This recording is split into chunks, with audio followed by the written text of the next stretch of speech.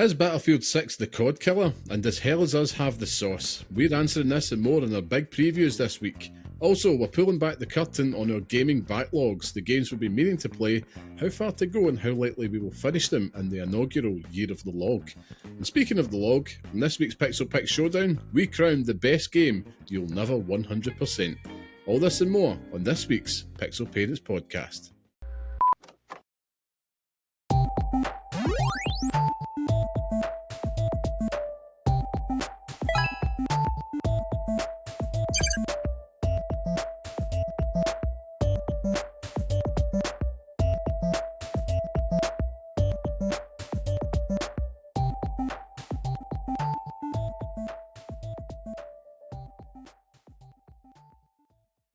Hello and welcome to the next episode of the Pixel Parents Podcast, the show that discusses all things gaming from the perspective of parents. I am your host, Liam Kirk-Kelvin, and today I am of course joined by the bearded one, Scott, the tastemaker. Curry, how are we, Scott?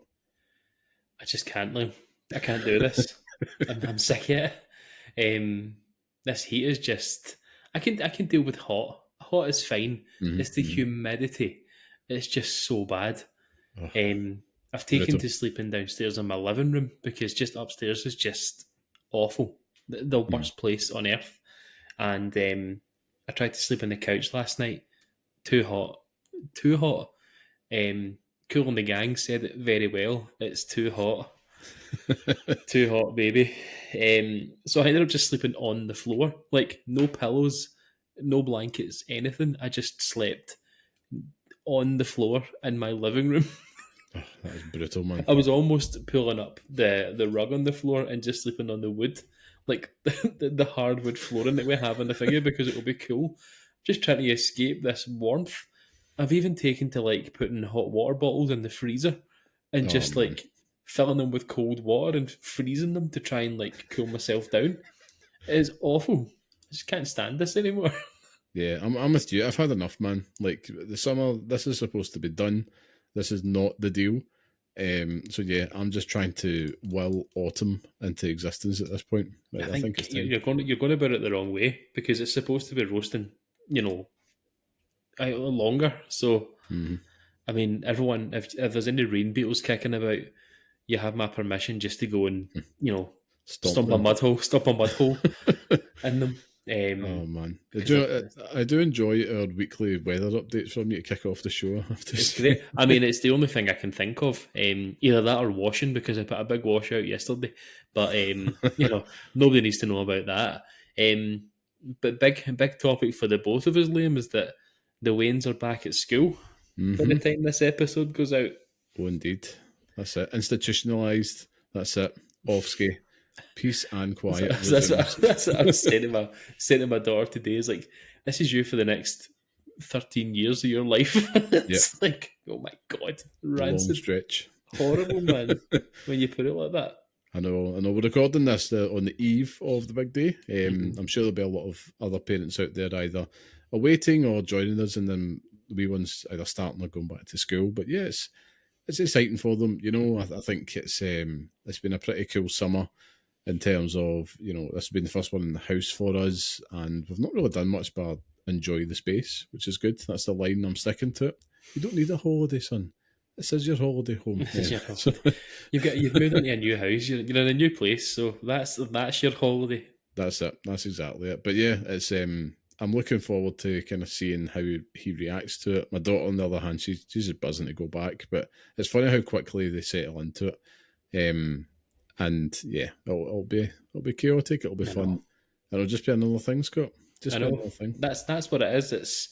We all share ourselves with nursery, then they soon settle in, and now school. Like, my daughter she plays schools in the house, so she's got an idea of what to expect. My wife's a teacher as well, so it's not as if we don't know what's going to happen, but it's just been on the other side of it. Is that blue bottle attacking you? Yeah, I need to let the listeners and viewers know that there is a blue bottle currently going at large across the place, and it's doing my head in.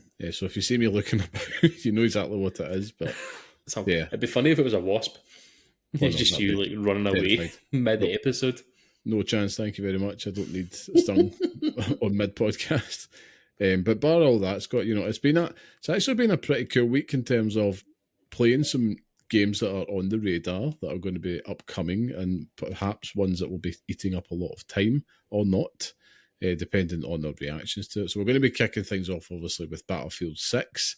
We've got a few other things up our sleeve this week before we get into our main topic as well. So we're going to front load it, get to the juicy stuff straight away for all you fine folks listening. But we're having dessert first. We're having dessert first.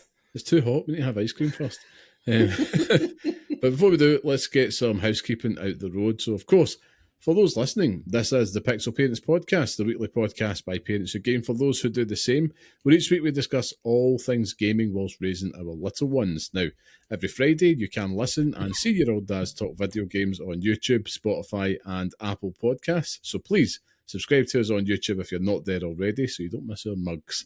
And if you want to be part of the podcast, come say hello and share your thoughts with us at pixelparents.bsky.social on Blue Sky, or you can write to us at pixelparentspodcast@gmail.com, or even leave a comment on Spotify or YouTube. And last thing here, if you do like what you hear and you want to support the show, you can leave a 5-star review and, of course, share this podcast online with your friends. That really does help us out. And, of course, thank you to everybody that continues to join us each and every week. So, without the way, Scott, do things a little bit different. We're going to be talking about what we have been playing this week, and we're going to start off with Battlefield 6. Why don't you take it away? Oh, God, right.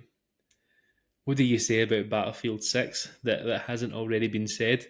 I think all the media and stuff about it is talking about it being the spiritual successor to Battlefield 4. Mm-hmm. And I think it does that. I think that it does a good job of being a worthy successor, especially off the back of Battlefield 1 and 2040, whatever it is. Yeah. Cyberpunk 2077. So it's definitely a worthy sort of step in the right direction. I think it is a step in the right direction for the Battlefield series. The issue that I have with it is that I think I'm done with Battlefield, to be honest with you. Yeah. I tried to sort of quantify it in my own notes before we actually came on. I was just like, what did I actually think as I was playing it? Because I was, trying to deal with your mental breakdown as we were playing it, because you have always been, anti-Battlefield. Well, and not necessarily true, but we'll come back to that. I'm sticking with it. I'm sticking with it. But I always had a really good time playing Battlefield 4, especially that hotel level where you would jump up and it'd fall down. It was great. Yeah. Do you know what? I actually even enjoyed Battlefield 1, to be honest with you, with like the horse riding and stuff. I thought that was class. But I think that as I've got older, the time sink in playing a game of Battlefield where you're playing it for 15, 20, you're playing one round of Conquest for 10, 15 minutes.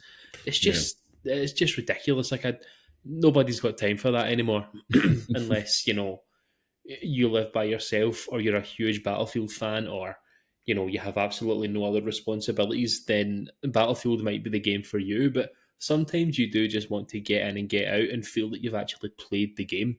Yeah. And with Battlefield, you are very much fighting against, every other person in that game. Like not only the people in the opposite team who are shooting you from a million miles away, but you're also dealing with your teammates. Not you, but like if you're in a helicopter or a tank or driving a car with someone, you have to put your life in their hands and trust that they're doing the right thing.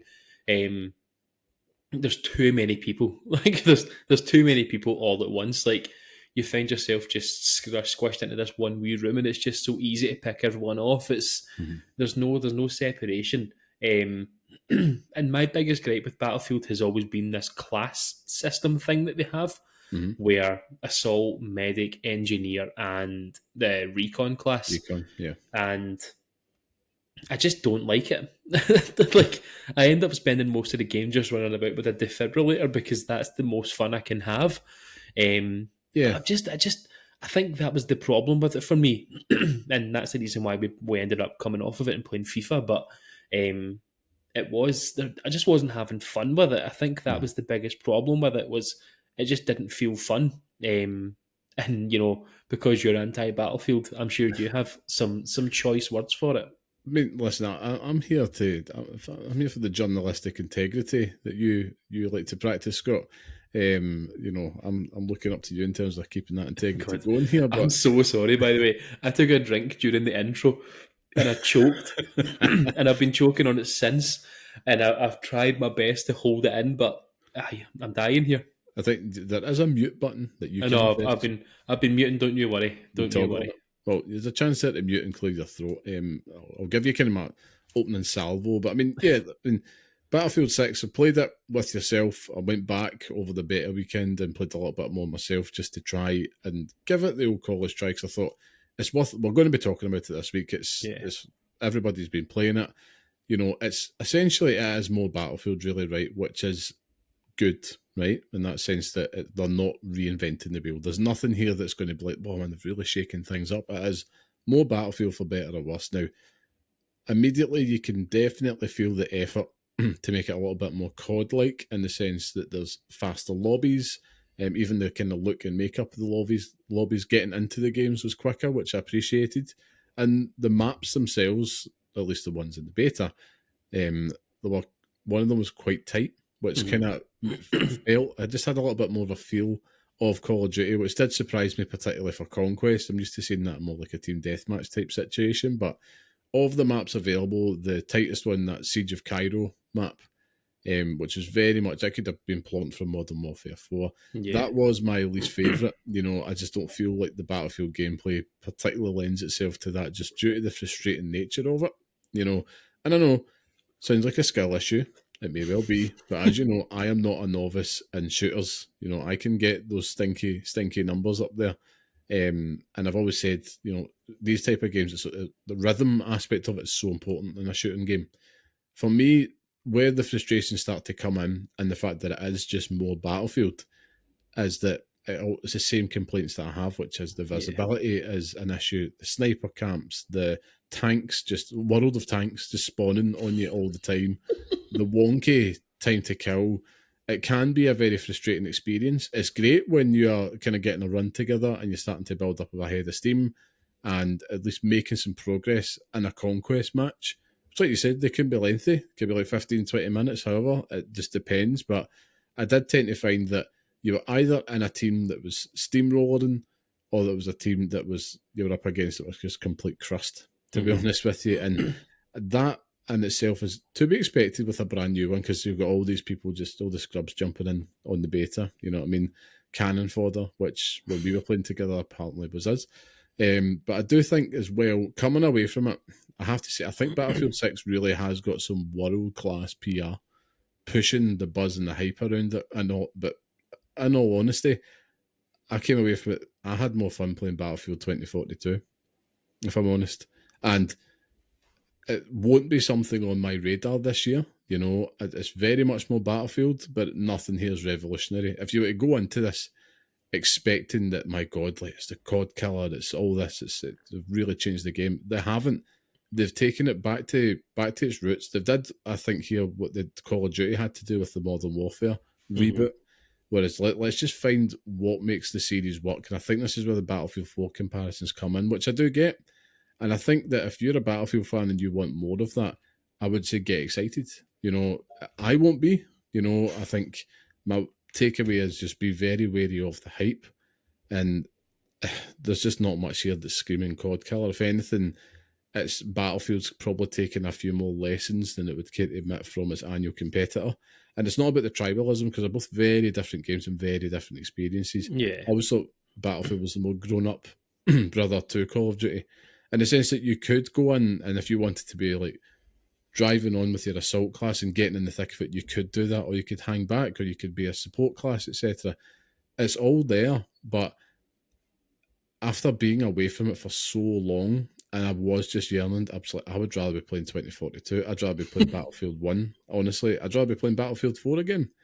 And they were fun. You could find your own fun in a game of Conquest if you were just getting absolutely spanked. And it's not like Call of Duty where you have to go in and try and get 50, 60 kills. It's not that type of experience. So the comparisons between the two, it's a bit of a moot point, to be honest, because they're two very different games. But playing Battlefield 6, I did go in probably in the tidal wave of hype, listening to other podcasts, especially from the big preview events that had happened, and they had the usual, all the major content creators and that over, ones that you trust and still do after listening to it.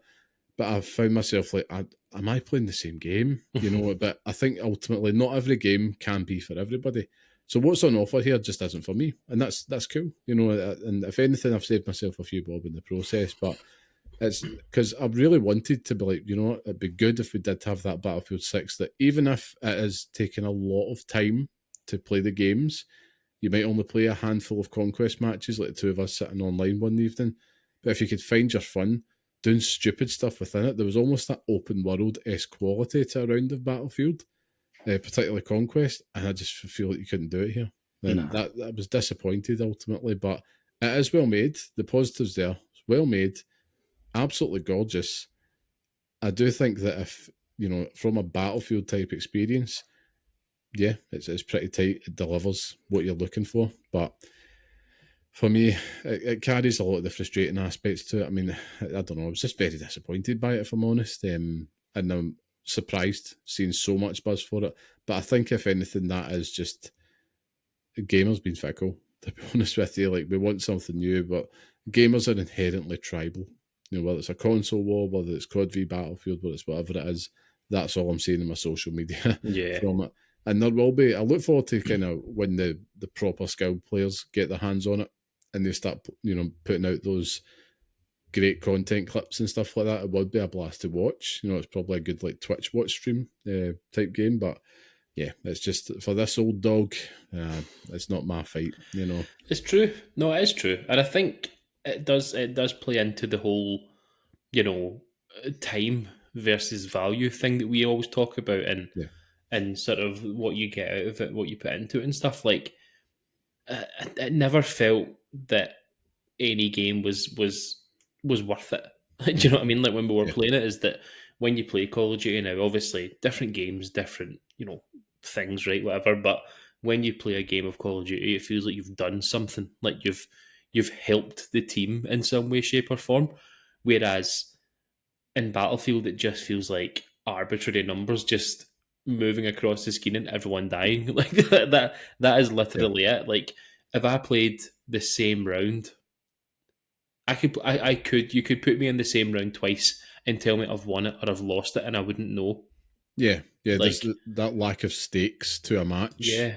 It's not even stakes. Like, you see it. You can literally see it on the screen, whether you're winning or losing, but it doesn't feel like you're winning or losing. It's just, you're just constantly reviving 10 million meters away from the place that you want to be, or waiting for a teammate to not get shot, and then you all have to come in together. I would say, though, on the note of the revives, I did appreciate the fact that you could drag someone you're reviving out of the line of fire to revive them. That came in handy a couple of times after. I mean, definitely, I think the positives are there, and you've hit the nail on the head. Like, I think the fans of Battlefield are going to lap this up, and there's a lot to love in it. And I think that taking it back to the place where people feel that Battlefield peaked, like, obviously you're saying 2042 and won, but I mean, they were in like hardline. Do you know what I mean? Like, they were just I think a step too far with it. I think that Battlefield is best when it's like this. And I think the fans are going to be happy with it, and the audience is there. The big issue is that it's EA, so regardless if this does, semi decently, there's always going to be this: is it good enough? How do we nickel and dime them for something else? Do you know what I mean? Like, they've talked about not putting Nicki Minaj skins, and the skins that they're going to have are going to be appropriate. But I want my Nicki Minaj skin, Liam. I want Nicki Minaj in Battlefield. That's something. I mean, yeah, it is preposterous. Sometimes you're running about, and I remember, I think it might have been the Modern Warfare 3, and you're playing that, and there was like a Groot type skin, and they had to take it down because it was basically, the visibility was so poor on it. And then you see, you've got Roger from American Dad fighting King of the Hill, and it's basically kind of the Fortnitification, but as always, and the one thing we've got to remember is they don't just put that in there for the sake of it. They study their audience, they canvass them. There is an audience out there for it. It's just not us. Like, that's the thing. Like, No, it's we true. look at it, it's like, it's preposterous, but unfortunately, yeah, there's a lot of kids playing that game who shouldn't be.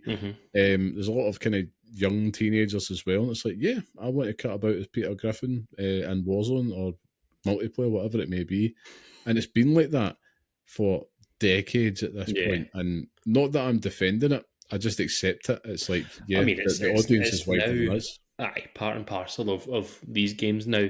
I've just enjoyed the gradual evolution from Black Ops 2, where if you're creating an emblem with like hash leaves in it, Yeah, and now that's just become like skins in the game. Like, you can run around as Seth Rogen in that game, like with joints. It's great. Like, it's just a weird thing. Like, Call of Duty's become a whole different thing, but with Battlefield, it is just very much how EA perceive success with this game.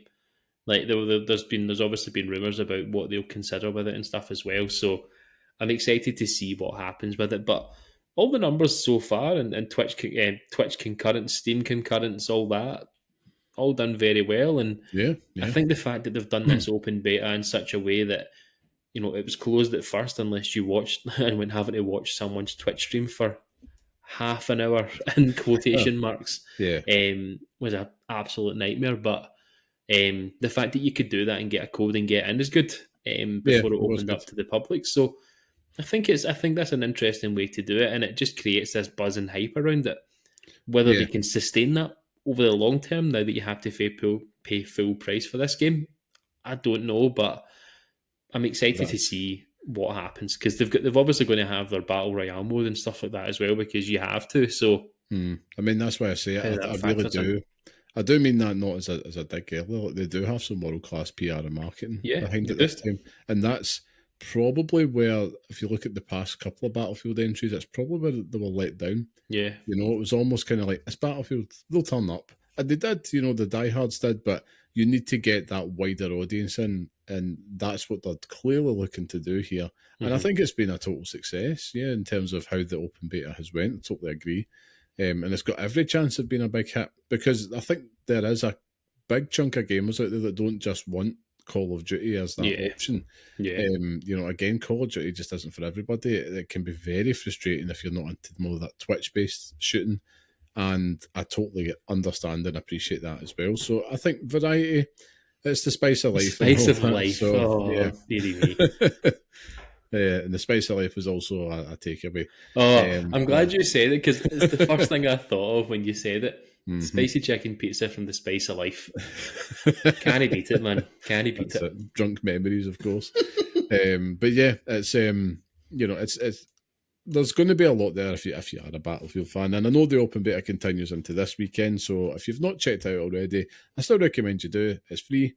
It could well be your next favourite game, or it could well be save you a few bob if you're not wanting to buy it. Could be heaven. For me, it was hell. Speaking of which, Scott, we've got the next preview on our list as well. So we've also been checking out Hell Is Us, which, again, Scott, I'm going to hand over to you to give that opening salvo. The opening salvo. One that I actually prepared for, because I thought you would be more interested in talking about Battlefield. But I got notes. Notes for days. Notes for days. So, more excited to talk about this one, if I'm being honest with you, because this is more a Scott Curry jam.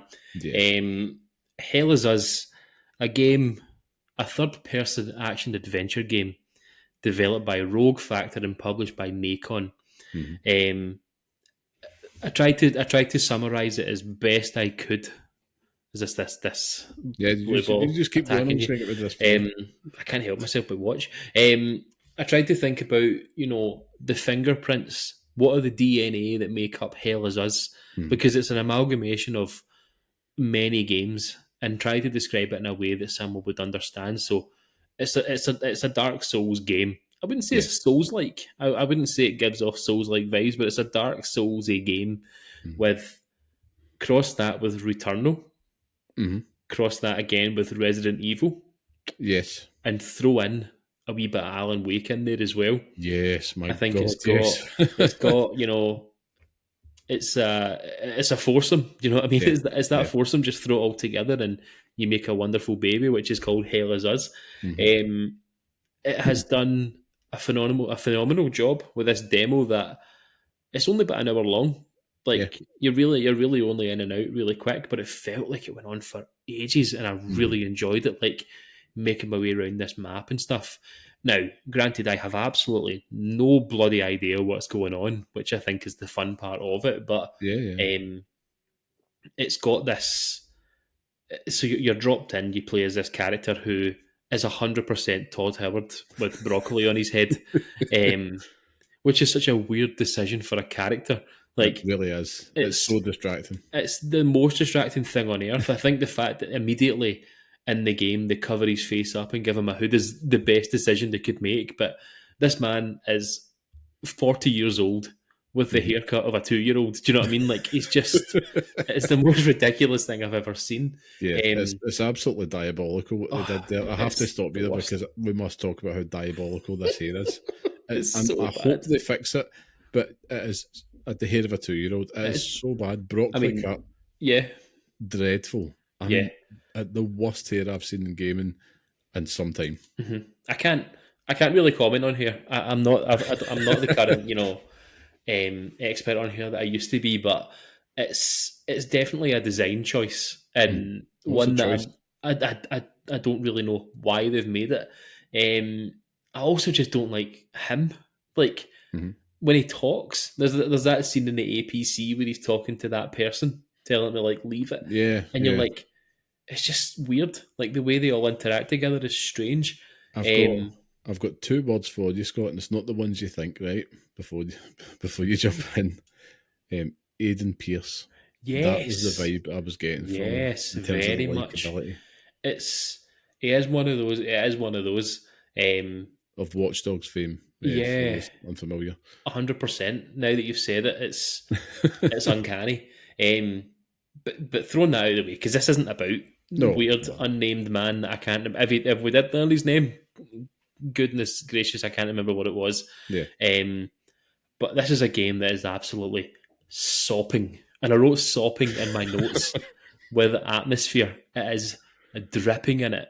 It's probably the first thing they've done is let's just make the most atmospheric game of all time. Absolutely sopping with atmosphere and just fill it with people who are sad and depressed in a world that's just filled with sadness. And it's great. I absolutely love it. I could have walked around this entire demo with no combat. Just exploration, just finding things and treating it like a Resident Evil game or like an Alan Wake, just walking around without the combat. But it's all the different wee things, like your puzzle parts of it, where you're finding things, taking them back to areas. You can obviously talk to different characters, and they allude to different things that happen in the world. And that's the thing about this game, Liam, is that it doesn't hold your hand. It's they describe it in terms of sort of exploration that you can do your own thing here. They're not going to tell you on a mini map where you need to go because there is no map. You've got a compass, and people might say, yeah, it's directly west from here. And it's like, right, okay, bring up the compass. Where is west? Which I've had a lot of practice with recently with The Witcher 3. However, with this, it was just awesome. Like just walking through this world and getting to experience what Hell Is Us is all about. What happened here? Why is it like this? When you meet the old guy in the house and he's talking about his sons and stuff, and then you learn what's happened to them, and you kind of return back and stuff. It's like there are stakes here, and things have happened in this world that we are now stumbling into. And then you've got all the weird enemy designs and stuff like that as well. Like they're all weird robots with they're all guys from what's the polka dot guy from Across the Spider-Verse? Like Spotman. They're just Spotman with weird red, like Spotman cross anglerfish things. Like, I can't remember. I've not watched that film in ages, but Yeah, I think that it's done so much already that when I finished the demo, I was like, oh man, like Yeah, yeah, it hurt my feelings when it finished because I felt like I felt like it wasn't enough, and it's breadcrumby enough that I'm like, yeah, man, I need to get back to this. yeah, yeah. When you first drop into that second area in the demo, you see a man cradling like his family at the opening of an open grave, and it's just like, Hmm. oh dearie me, like Yeah, like yeah. what is actually going on here? It's so interesting. Um, I love the combat in it. I think that if you're wanting, snappy Dark Souls combat and stuff, this is for you. Hmm. It does the thing like in Neo as well, where you can claw back health. So if you remember the key pulse in Neo, Yeah. you do that again in this, and it claws back health, which it gamifies combat more than necessary. Hmm. Like Hmm. it makes the combat fuller, but for some reason it works. And it didn't feel like I was juggling both. It felt natural that hit Hmm. R1 when you see this circle and then that's you. Hmm. Um, I loved exploring the things, going to look for all the secrets, trying to decipher all the different things on the walls to scan them and find out what they say. Um, Speaking to the different characters, learning everything about the world and stuff like that as well. Granted, I cannot remember the names of any of the places in it, which is terrible. But No, you've um, not played it long enough. Like I said, it's only yeah, a 1 hour demo, a so 1 hour demo, but it does enough in there to kind of give you a feeling about this is the world that this is the world that's been left here. This is what's happened, and something big has happened here. hmm. There's looming threats in the world. Like there's a huge tower. There's loads of different things, and then there's obviously a war happening as well because there's trenches and stuff. It's like what? Yeah. How many things can you throw in here, and why is it all so interesting? But yeah, atmospheric is all hell. I really enjoyed the level design where it opens Hmm. up. Like it doesn't open up in a way like in Dark Souls where you open a door and it opens up a new area. This opens up sort of more naturally, where you cross a different threshold in the game and something happens where there's an area now open. You can go back to where you were, which is pretty cool. Enemy design's cool. I think that they all look weird and they evolve. Like you're no longer got they're not just single purpose. They've got different forms and different ways that you can take them all down, which is cool. There's parries in the game, which, come on now.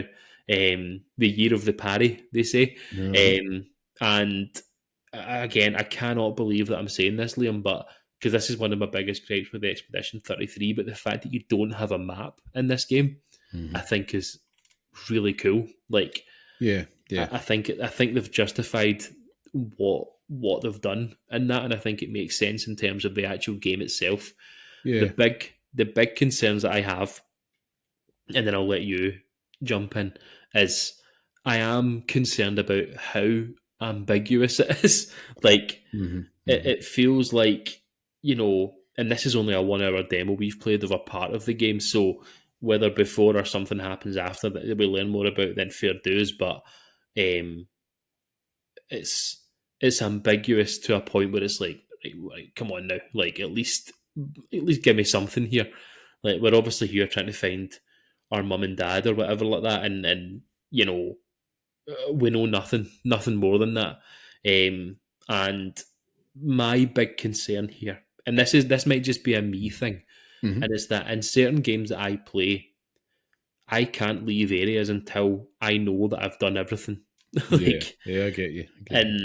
and leaving an area, like jumping in that APC and moving to the second area, I was like, I don't think I've done everything here, but I have to play it.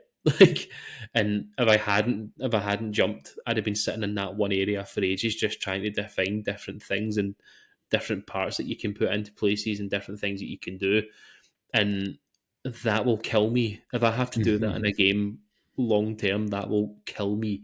Yeah. Um, and that seems like that's what this game wants you to do more than anything else, is just explore and find all the different things, work it all out and stuff like that as well. But I think it's cool. I think it's cool as all hell. Hmm. Hey, Hey, cool yeah, as yeah. all hell. There's us.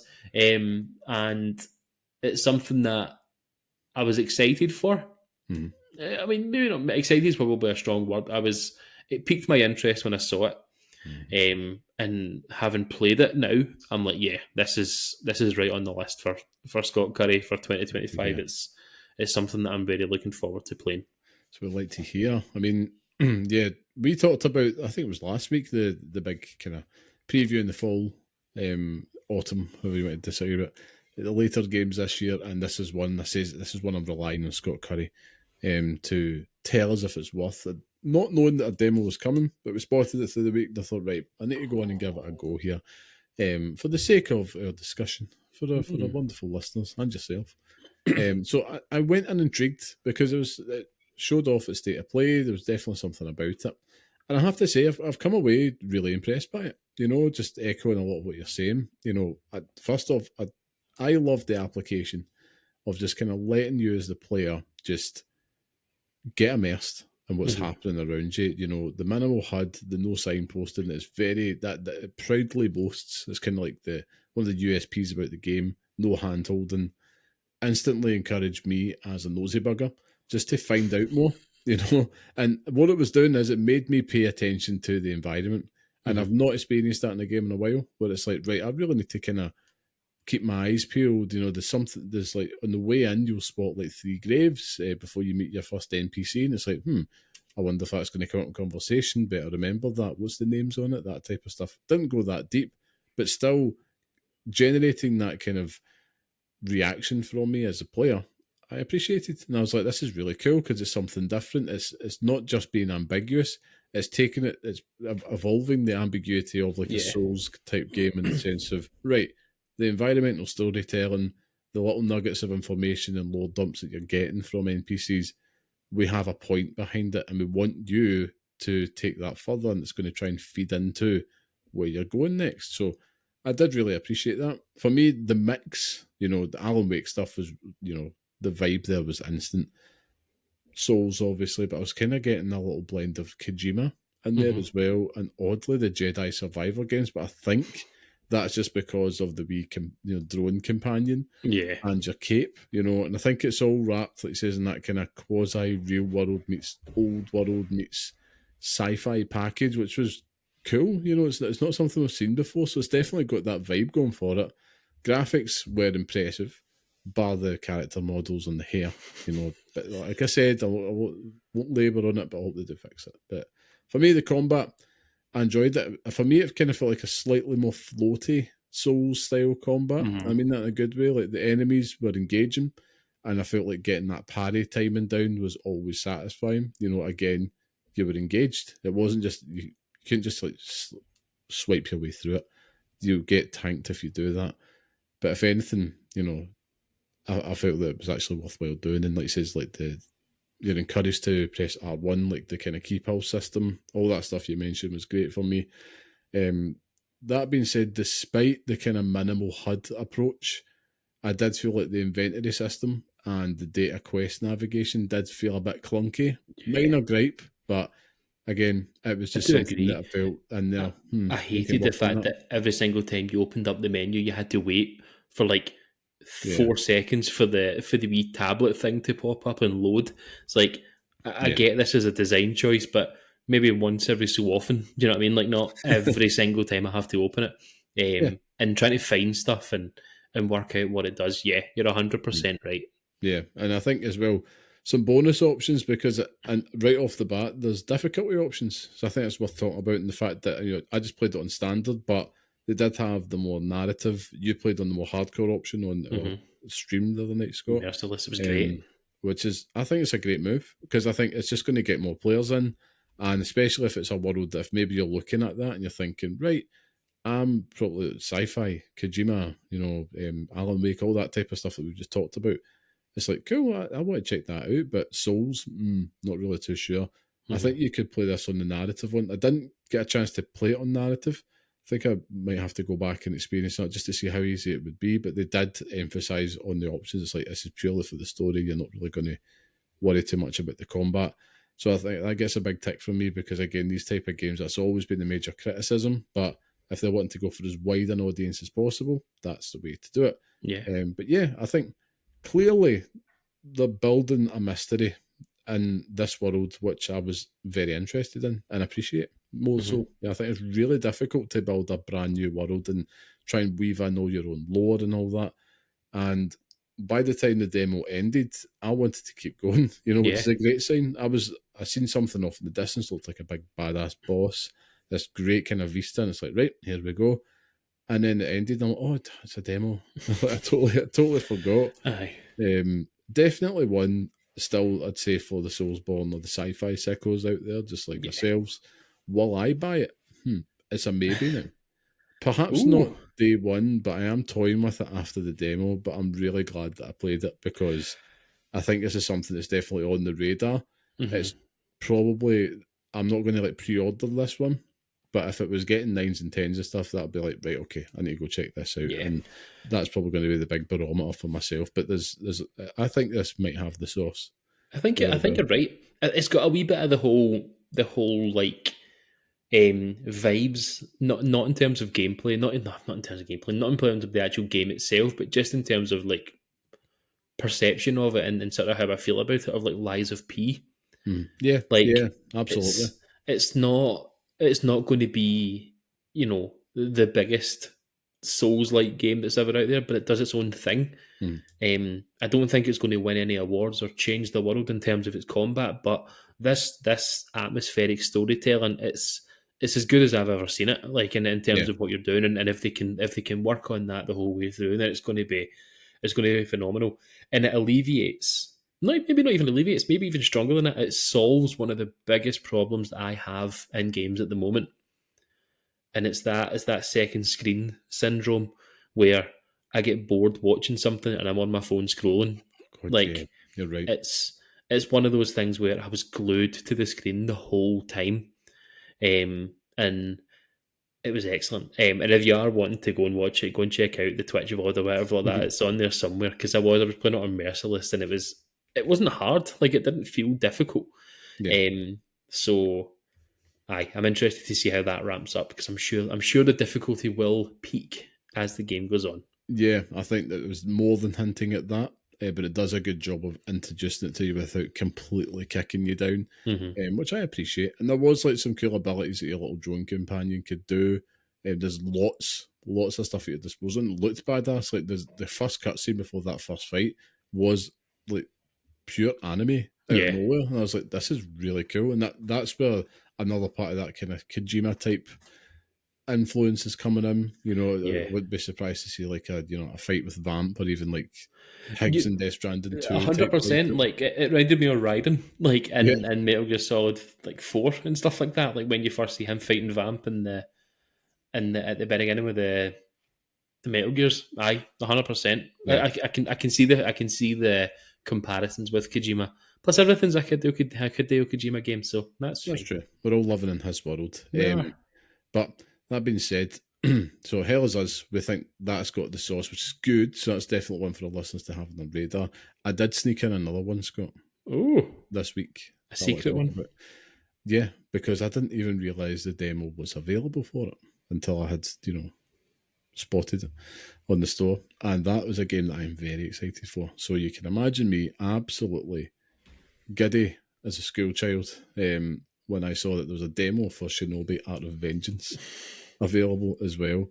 And now, I didn't know anything about this because I've been keeping away from everything on this game. Like, I'm so hyped for it. I was like, once I saw the trailers, I was like, cool, I'm in. Shinobi's back. That looks gorgeous. And let me tell you, Scott, this has Game of the Year promise. Based on that demo, it does, the gameplay just is evolving that classic Shinobi formula, just to be fluid, to be modern, and just it feels already like a classic action platform experience. That's the only way I could describe it. Combat, I would say, is incredible. It's the quick and heavy attacks, shurikens, of course, but the movement complements it so well, and in less than 20 minutes, you will be doing everything from double jumping, air dashing, rolling, juggling enemies with ease. But that being said, there was challenge, so the demo does a great job of giving you that taste of the enemy variety and the boss fights as well. And they're all given that classic action platformer vibe, just a throwback to the OG game. So you're timing your jumps to miss the projectiles, you're reading when the next sword swipe is coming, the special elemental attacks just peppered in there from them all here. And it just feels incredible as you build up the combo meter, dodging, taking them out bit by bit. And, there's the classic special abilities are here as well. So the demo's kind of hinting that there's going to be more than a generous share of them in the full game, which I'm absolutely dying to see now. But it's absolutely incredible, and the whole package and feel not too dissimilar to how I felt when I was playing the Prince of Persia, the Lost Crown.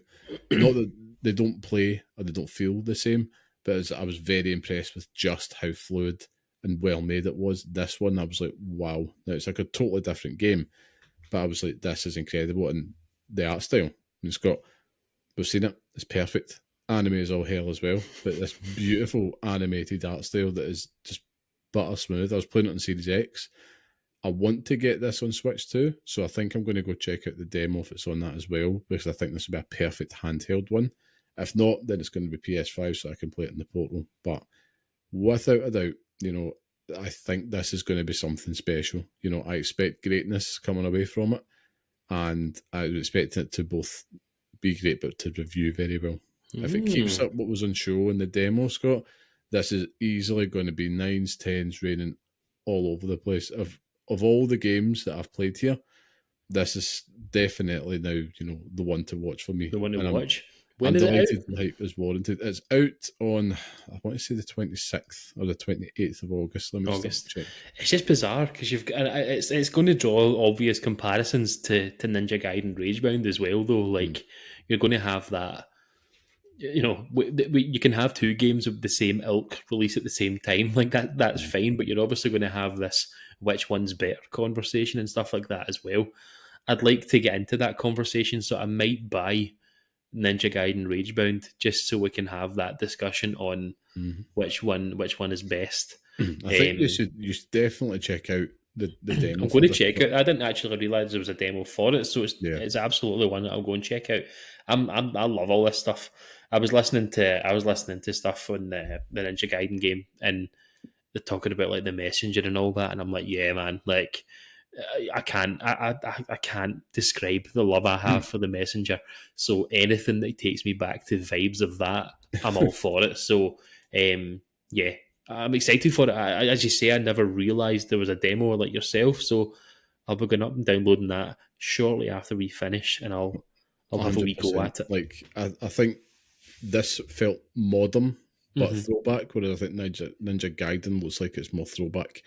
Even though it's been modernised, but this one it's taken a bit of a punt on itself to kind of redefine Shinobi and bringing it to that modern audience, which, oh man, it's immediately just so impressive. And this is the first of the games that are being released in the Sega thing as well. So we've got Jet Set, Radio, Crazy Taxi, and is it Golden Axe? Golden Axe? Yeah, is Golden Axe getting done, or am I just making that up? You must be, because I would have been in a coma of delight at that point. I got excited about one of them. I know it's Crazy Taxi because that's the one I'm excited for most. But Virtua Fighter? No, Virtua Fighter 6 is yeah. But no, I can't remember. Let's just say Golden Axe and hope for the best. Yeah, let's manifest it. But 100%, yeah. It's just, I think it's the same guys that made Streets of Rage 4. Streets of Rage 4, I was going to say it's probably the same people, aye. So, there's Streets of Rage 4 was fantastic. Really had no right being that good. But here, man, it just feels so good to play, and it's fun. And it's also, it's not so if you played any of the original Shinobi games, as we all remember, it would absolutely beat you down. It's no chance you're not getting past this. You get so far. This one does a little bit better. It's kind of ramping up the difficulty, so hence why the modernisation. It's not easy, it's not hard, but it's easy to play, difficult to master. That's the thing with Shinobi, though, wasn't it? Yeah, it was Golden Axe. I was 100% correct. Oh, there we go. That's me passing out. I'm winning here. I can't wait to play this, Scott. And it was something that I think it's about 32 quid or thereabouts. I think it's about 22 quid on Switch, maybe. I might be a bit north on that. But yeah, I will absolutely. I just need to decide what platform. I think if the demo plays as well as it did on Series X, now I know there'll be concessions there. I'm a little bit apprehensive about the Switch 2 ports just now, because I know it's going to be a case of, right, they've not got the dev kits, and there's the Switch version, but it looks a bit shinier. I don't want that, so the Series X version, which will, I imagine, play the same way in PS5. The PS5 version would be butter smooth as well. Yeah. Honestly, I want to just go play that demo again. That was that good. That really was. I'm going to download it as you speak. I'm going to download it just to make sure that it's on there. Like, if you enjoyed The Messenger and also you like an action platform as well, I think you're going to love this, man. Like, I think the style, everything's going to suck you right in. And yeah, it's definitely worth checking out. So, listeners, that's another demo for you to go check out this weekend. You can ahead of release. You can get it for $22.49 on the PlayStation with PlayStation Plus. So best £22 you will spend this year. I'm saying it now. That's it. I'm putting all the chips in here. I think that was so impressive, the demo. I really, buzzing. Absolutely buzzing playing it. These are the type of games that I think we need just now. You know, especially we've had a lot of big chunky games. You're still in the midst of playing some chunky games. I know you're still playing The Witcher 3, aren't you, Scott? How's that progress going? We're getting there. We're getting there. I had a very major story beat last night, and I don't want to talk about it, but 10 years old game, is it? I want to talk about it's not because I don't want any spoilers. I just think it'll hurt my feelings too much. But I'm basically speedrunning this game. Like, there's a guide that I'm using that all of the exclamation marks on the map in this game are just being ignored because you don't have to. Like, this guide that I'm using basically tells you which base to fast travel from, where to go to, what dialogue options to pick, different things that you should be buying when you get there, what cards that you should be using in Gwent and all that as well is great. Like, it's like baby's first platinum, which I'm really enjoying because, you know, it's just making the whole process easier for me. And what I've sort of reasoned with is that the main game is the you know, the side order here. I'm not really that bothered about the kind of the story in that, even though now I'm seeing things that I've never seen before, so I'm enjoying that. But what I'm now doing is saying that the DLCs are going to be the parts that I actually just take my time with and enjoy, because I've never ever played them before. So if I run through this game, get the platinum done, then I can just enjoy the DLCs and take it from there.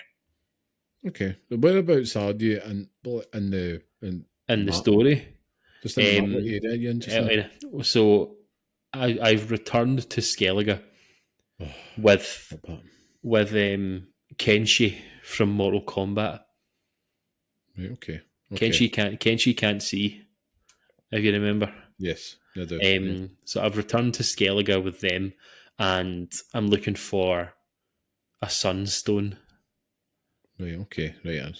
I've just killed Imlerith, whatever his name was. Mm-hmm. I've absolutely destroyed him. And I punched a bear to death today. Oh, as you do. As you do. Because it was too hot to take the dog out, so I just sat in my lunch break. We just sat in the fan and I played The Witcher on my lunch break and punched a bear to death, which was great. Christ in the bike. That's. I'm glad you're sticking with it, man. And you know the DLC is in sight. It's a great thing. It's a great thing. What I want to say though, right? Sorry, just before we move on here, is obviously this playthrough has deigned that I completely spurn Yennefer, and you know, chase Triss, which I'm not opposed to. Okay, but Yennefer's just like, yeah, that's cool. Like, no bother, mate. On you go. You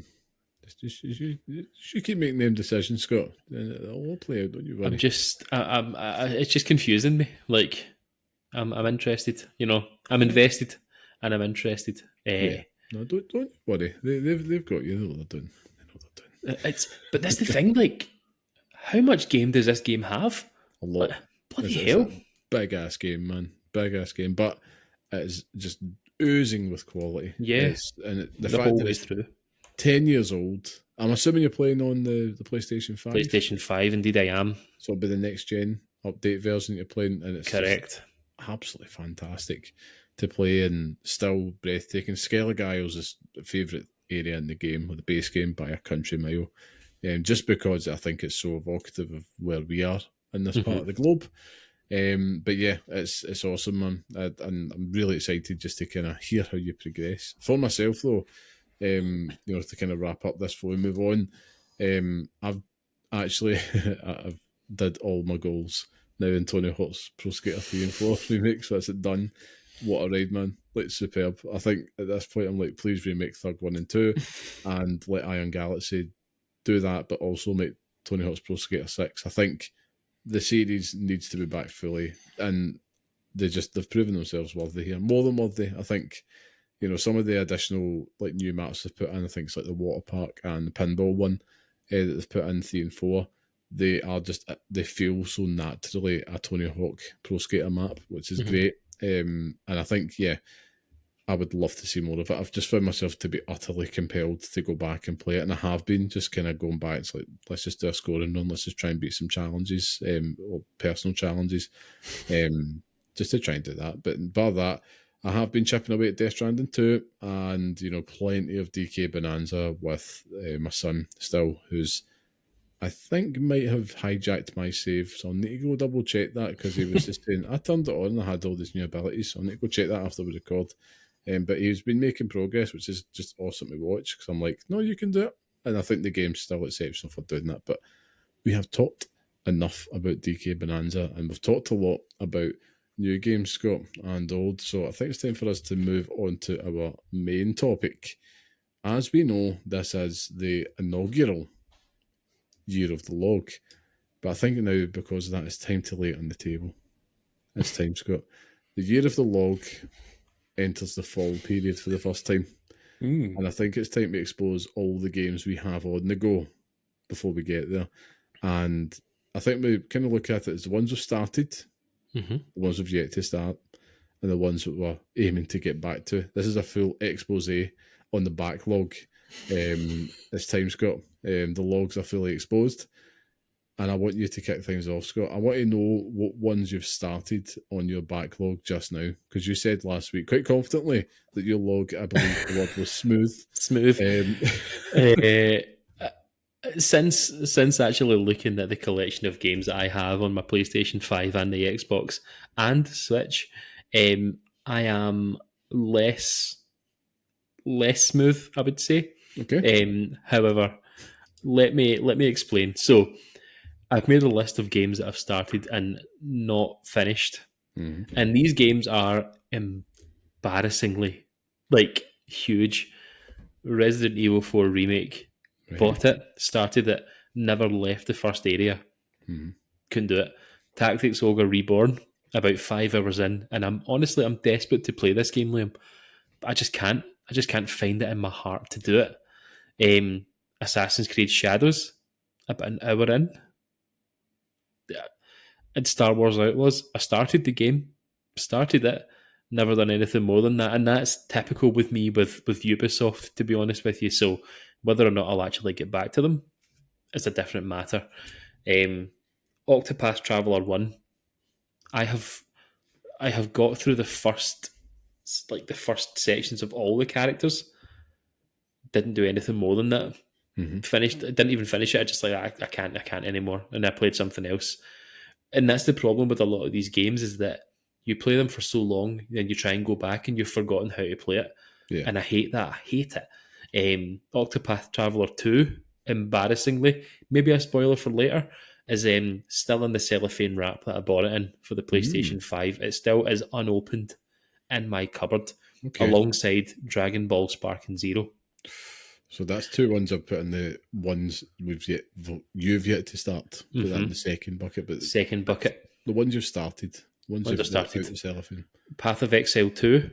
Right, okay. I'm about 8 hours into it. I want to go back to that game more than anything else, Liam, but it's the time investment that hurts. In more recent months, Blasphemous 2. Yep. I've started that, maybe played that about 4 or 5 hours, and I didn't go any further. Tried to pick it back up a few weeks back, and I couldn't remember how to play it. So I'm going to have to restart it. Big one for ourselves, Liam. A joint one between the two of us, Split Fiction. Yep. We are about 90% of the way through that game, I'd say. And, doesn't seem like we're going to go back and finish that. No, we'll put in a day. We'll get there. Final Fantasy VII Rebirth demands the platinum playthrough. You But have finished it though. To be clear, you have finished it. I have finished it. Not in a way that I was happy with, but yeah. Final Fantasy VI. I've started that game about 400 times, and I've listened to the opening for Terra's theme more times than I'd like to actually consider, but can't get any further with it. Then we can move to the Xbox, Liam.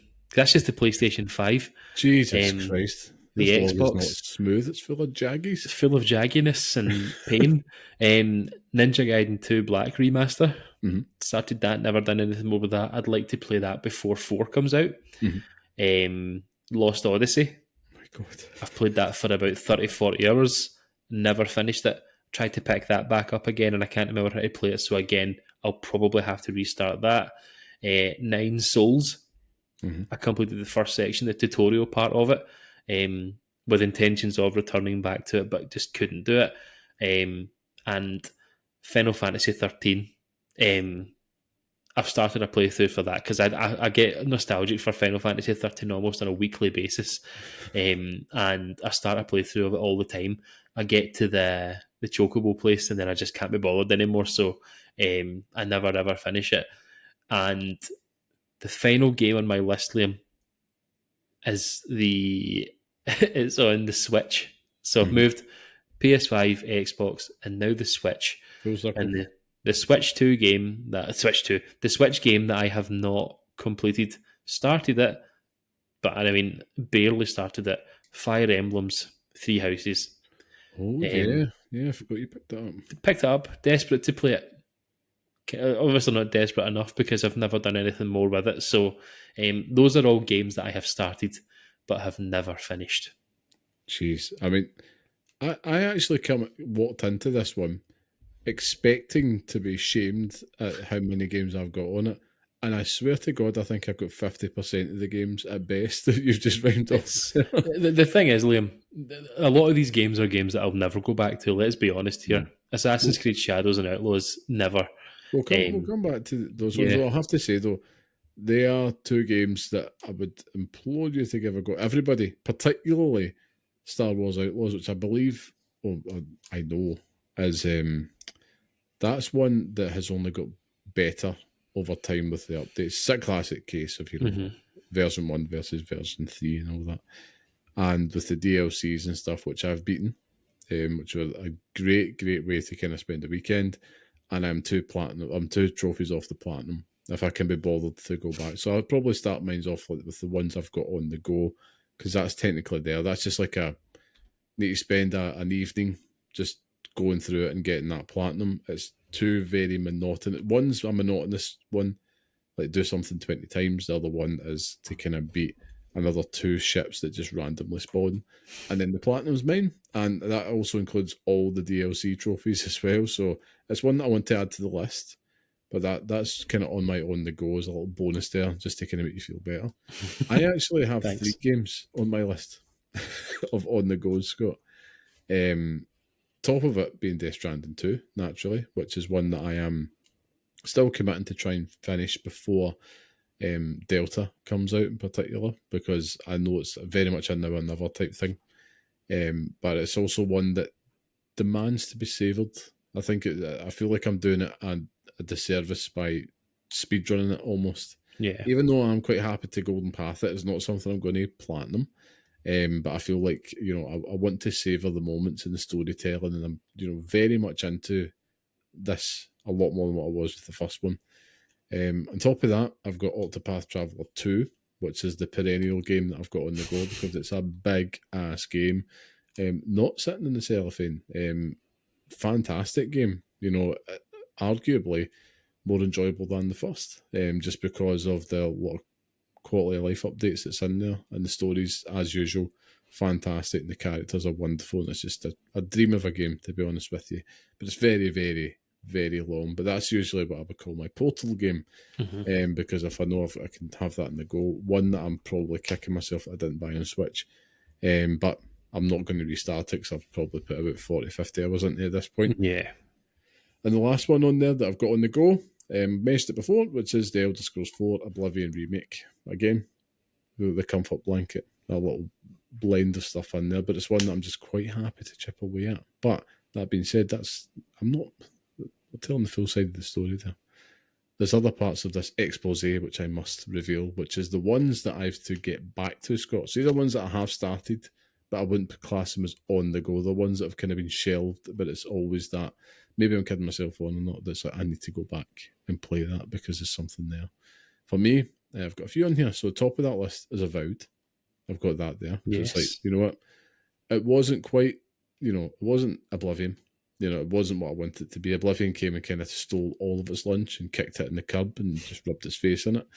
That being said, it wasn't bad, but it was just like, I didn't need to go back to it, because it definitely wasn't bad. It's a pretty solid game from what I played so far. Probably put 15, 20 hours into it. I've also got Life is Strange Double Exposure. Yes. Sitting there. I've 1/5 of the way through on that, Scott. And arguably, it just didn't grab me the same way as what True Colours did, but it is something I need to get back to give a fair try. The mystery had literally just started to unfold in front of me, but I started playing that before I was ready, and it was all thanks to my wife, who was like, give me a game to try and play. I should have just put it on True Colours. I nearly had her, but anyway, I'll live with that regret. I've got Ninja Gaiden 2 Black on the go, wants to get back to as well. Put a few hours into that one. Again, great fun. I've got Lost Records Bloom and Rage on that as well. I have a challenge one from yourself, which is Devil May Cry 5, which I started probably just a couple of hours, and it's like I need to go back to it. But I was like, I wasn't in the mindset to play it, but it's definitely there. Feels like a nice kind of fall game. I have the challenge for next year as well already set up, Liam. Like I've already got it in my head, and I know exactly what I want you to do. Have mercy, because if not, I will let you go first, and I'm going to have my evil option and my fair option. I'm doing both. I've done both this year. That's true. Fair play to you. For me, the last one on this list, and it will make you a spit take, is Dragon's Dogma 2. I've got to get back to it. I feel bad about it because I feel like I haven't given it the proper try. I feel like there was more in that game for me personally, but I just need to, especially with the PS5 Pro updates, enhancements. I'm like, okay, maybe it runs a little bit better. Let's go back and check it. But I could just be kidding myself on. And then, that's all the ones there. But before we kind of come back to kind of analyse all this, there's ones that I've yet to start. So this might be the ones in the cellophane wrapping for yourself. I'll give you mine. You can give me yours for sending more there. But all on Xbox. So it's South of Midnight, The Altars, and Atomfall. These are 3 ones that I've yet to start. And I'm just waiting for the right moment. Particularly South of Midnight, because I know it's only about 7 hours long or something. I could probably batter through it in a weekend, but I'm just waiting on the time. And that time ain't now. Yeah. It's true. It's tough because you do have to be very selective about it, and that's the problem with a lot of these games. Like I mentioned, a lot of games there, but these are games that I've had on the go for forever. It feels like it's just there's an intent to go back, but it will never happen. The games that still sit unopened or unused in my own list: PlayStation 5, Octopath Traveler 2. That was a Christmas present. I never opened it. The Dead Space remake. Oh, yeah. Never played that. I had played 1 and 2 already not long before that released, so I just couldn't find the right time for it. Yeah. Hollow Knight. The Silk Song people out there are going to come after me, but I just can't.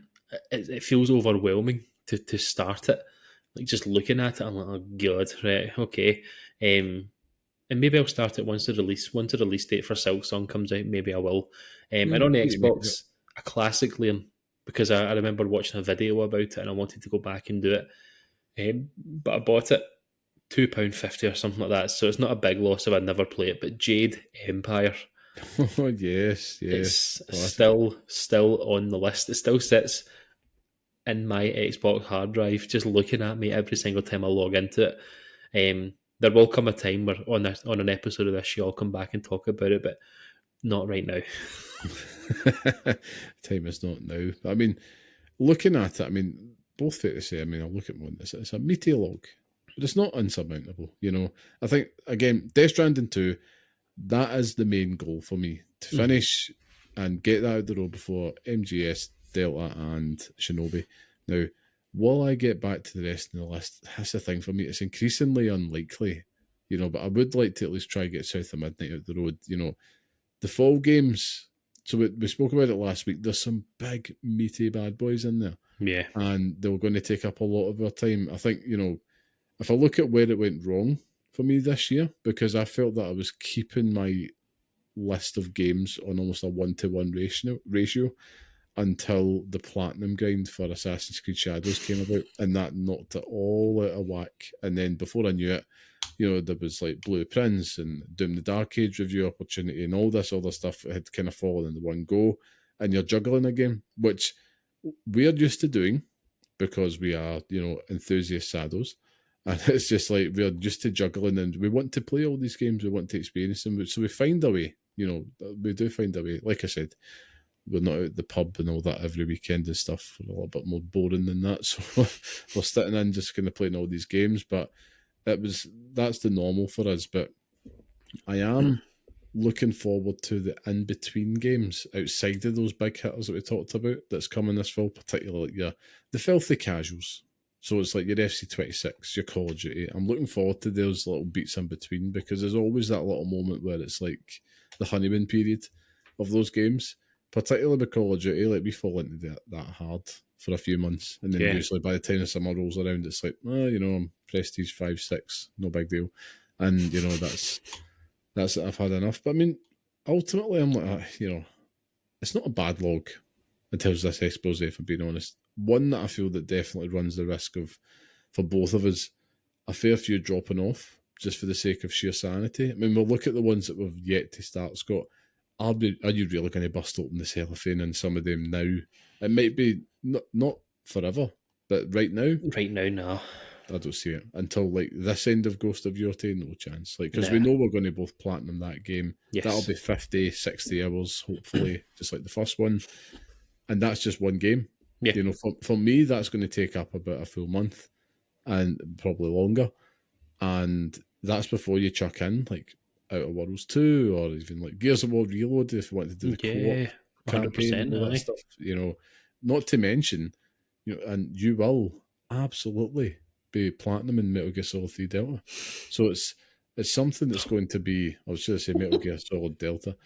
It's absolutely going to be something that's going to eat up a good, 60 hours, say. Yeah. Plus, depends what the trophy list is like, but you're right.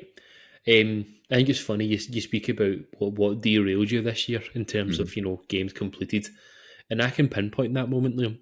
Yeah, I can pinpoint the moment for myself very easily, and it was the discussion we had last year talking about getting the platinum on Grand Theft Auto 5. Oh, God, and that just derailed everything. Like a valiant effort, though. I mean, it's now it's done, which is great, but that was the undertaking of all undertakings. That was Mark Hamill. Mark, what's his name? Oh my God, what's the Undertaker's real name? Calloway. Mark Hamill. Mark Hamill. Skywalker. Like Skywalker. Oh my God. There's a fight. Skywalker versus Undertaker. Who wins? Oh my God. But yeah, it's. I don't even know, because there's no rhyme or reason to the games that I play sometimes. Like, who'd have thought at this point in the year I'd be trying to get the platinum on fucking The Witcher 3? Do you know what I mean? And once that's... absolutely not going to do it. I'm going to do it, Liam. I'm going to do it. Don't you worry about it. Before these games come and derail that progress, I will finish the platinum on the main game of The Witcher 3 before Metal Gear Solid comes out.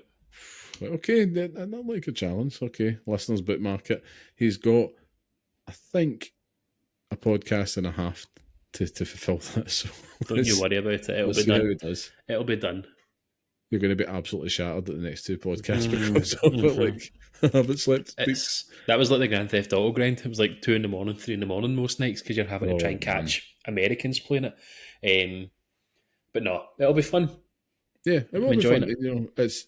It's something I think it's good for us to touch on this week in the main topic because, Year of the Log is real, and we're about to enter the hurricane season right now, which is always the fall release season. And that's not counting surprise releases in there, which could derail it further. And a lot of these games that we talked about last week could end up being added onto said log, which I'm hoping we avoid. I really do, because there's a lot of really cool games in there. But I mean, like August alone, Metal Gear Solid, Gears of War, Shinobi. I want to get all that out the road and enjoy and play them all before we even start thinking about Ghost of Yoti. But really, there's only about 6 weeks between them. Mental.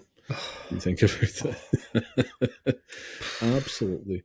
Radio rental. The reality here is, Liam, that there has to be a very conscious decision on a lot of these games, and especially like new games coming up and games that have already been there in the backlog, where how do you complete them? Does the 100% even matter at that point? I mean, is that the goal, the end goal of all this? Or are you quite happy just finishing the main story in that shoe? Yeah, I think in a lot of cases it is going to be, just the main story. But I think that's pretty much for a lot of games, and there's a lot of fantastic games out there. But on that note, I think we should then move on to the Pixel Picks Showdown. Do you like how we did that, listeners? almost like I teed that up perfectly. For the dunk, that's what we do. But yeah, it does mean then it's time for the Pixel Picks Showdown, where each week we each pick a game from the chosen theme and decide which one deserves to live on in the hallowed Pixel Picks list, which is our definitive list of the best games we recommend and pass on to the next generation of gamers. Now, last week's theme was Best RPG Shooter Game, with Mass Effect 2 becoming the latest addition to that list, at long last, may I add. And in this week's showdown, we're going to be debating what best game you'll never 100% we think should feature on the Pixel Picks list. Now, as always, last week's winner goes last. That's me.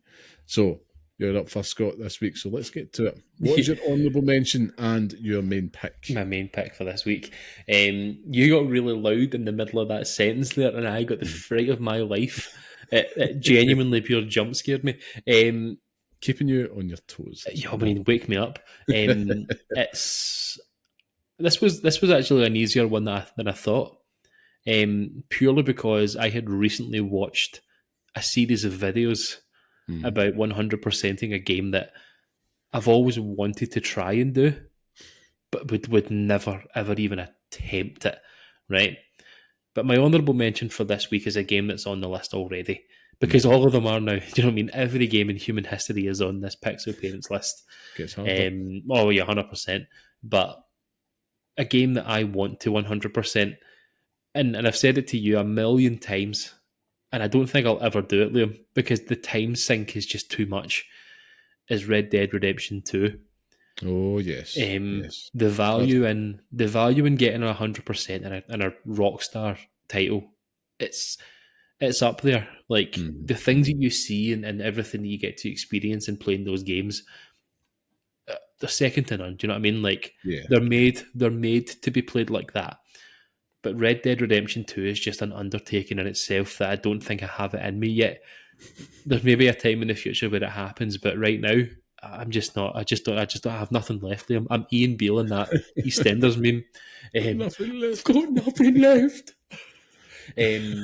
But for me this week, my choice, and it's going to be a shocking one for you actually. I don't think you expect this.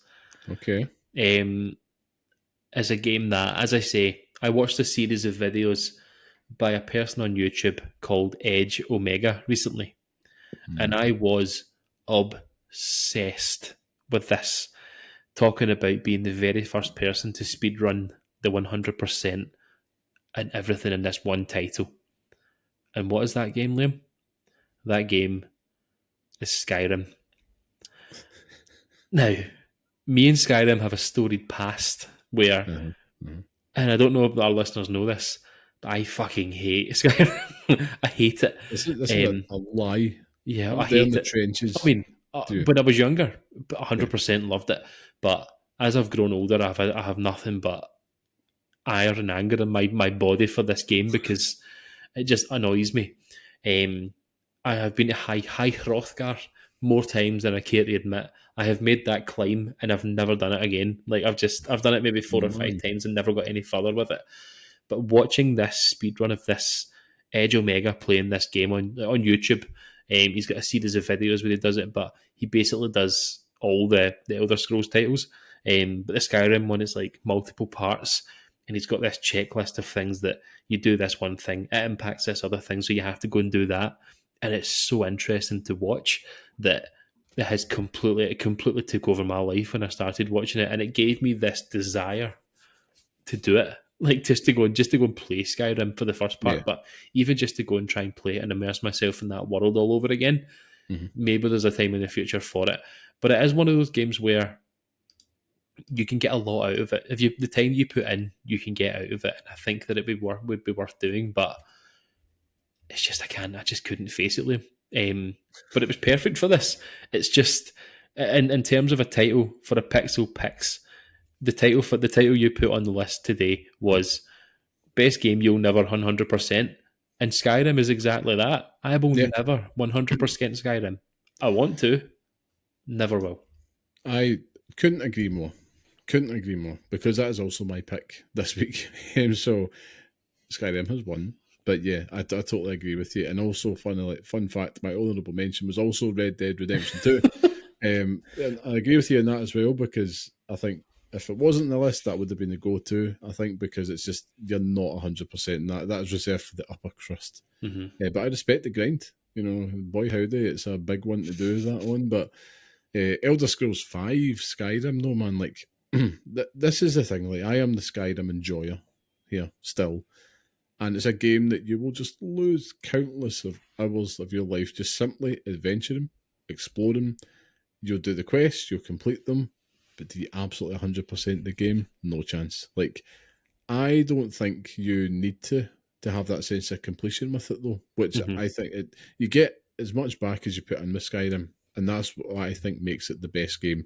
You'll never 100%, because you can still walk away with a sense that you've completed it, and without doing so satisfied, and you're basically just going to be in awe of this sheer epic adventure. You don't have to feel like it.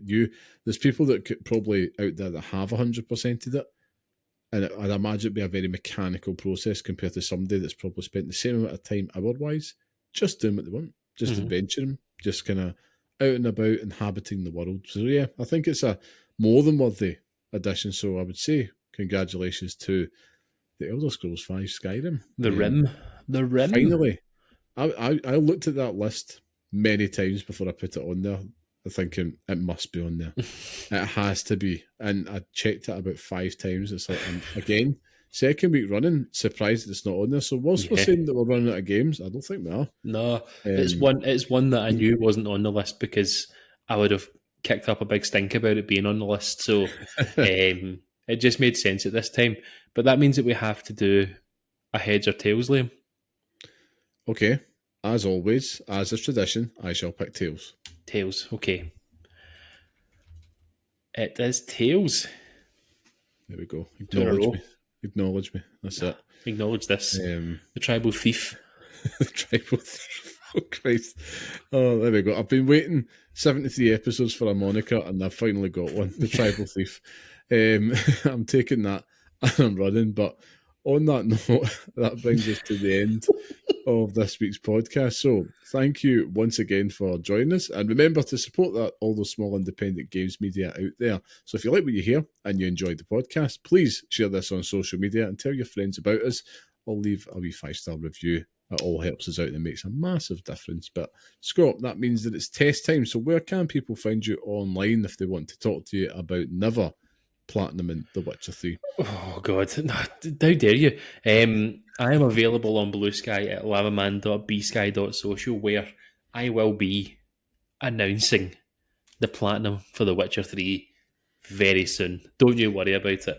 Okay, we shall keep our eyes peeled. If not, there will be forfeit. Whilst you tell them where they can find you, I will tell you how many trophies I have left on that. Okay. A very good update to get. Well, if you do want to find me on Blue Sky, you can find me there at carmelite.bsky.social. I will be there just shooting the breeze, just chatting about stuff. I'm trying to kind of up my usage of it as I'm dropping stuff all over my desk here. I'm trying to up my usage of it, and I'm getting there. You know, I still am finding it. I don't know. There's almost a social anxiety with social media these days. I don't know what's happening to me, but yeah, there's definitely some people on there that I connect with regularly, who I very much appreciate. But yeah, come say hello. If you follow each other, just let us know what you're playing. Always interested to find out. Always a good laugh. But Scott, always good fun. Tell us so your update.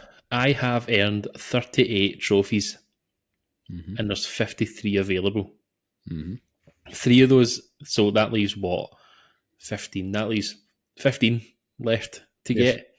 3 of those are difficulty based, so finishing the game, finishing it on Deathmatch, or finishing the game on Deathmatch difficulty. So I'll get 3 of them easy. That leaves 12. One of them's going to be filling all. No, one of them's going to be using the axis sign, which is a pain in the arse. Acquiring all the abilities in one tree. I'll get that done, no bother.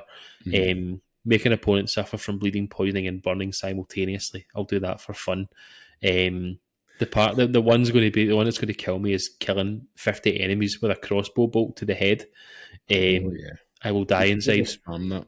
I will die inside doing that. And the Gwent one, and then reaching to level 35, and that's pretty much it. So I think you'll find that will be platinumed before you know it. So everyone, before Delta, the panic is over. It'll get done. Don't worry. It's fine.